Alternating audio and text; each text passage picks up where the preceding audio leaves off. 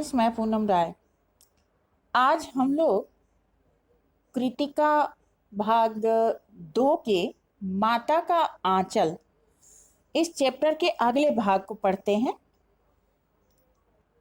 लेखक नाटक खेला करता था और बटोही भी, जब वो लोग नाटक खेलते, बटोही मतलब होता है राही, राह चलने वाला।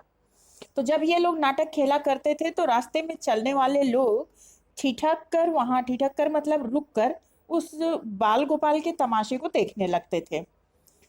जब कभी ददरी के मेले में जाते हुए आदमियों के झुंड को ये लोग देखते थे तो एक तुकबंदी करते थे। आप लोग भी बहुत सारे तुकबंदी करते होंगे समय समय पर।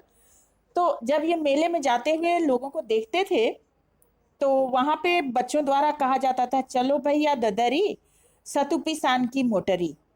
ये बाल गोपाल के लिए एक हंसी का बहुत ही मनोरंजक तरीका होता था।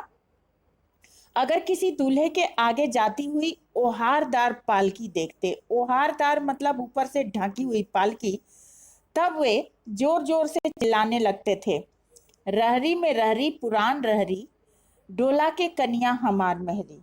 मतलब कि रहरी अरहर।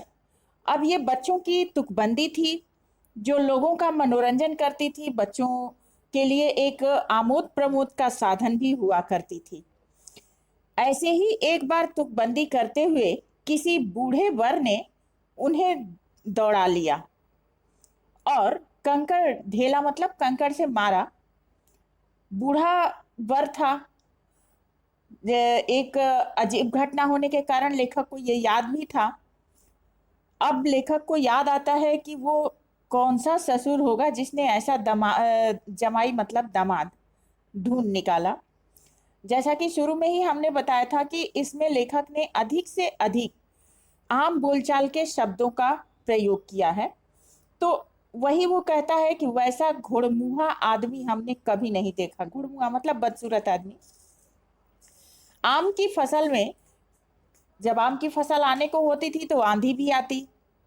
तो आंधी एक बार आई और जब कुछ कम हुई, आंधी का जो वेग था वो कुछ कम हुआ, तब बच्चे बाग की तरफ दौड़ पड़े और चुन चुन कर गोपी आम खाने लगे।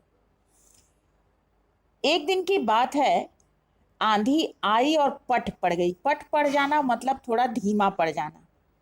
आकाश काले बादलों से ढक गया और चारों तरफ बिजली कौंधना, कौंधना का मतलब चमकना, अचानक से बिजली चमक पड़ना।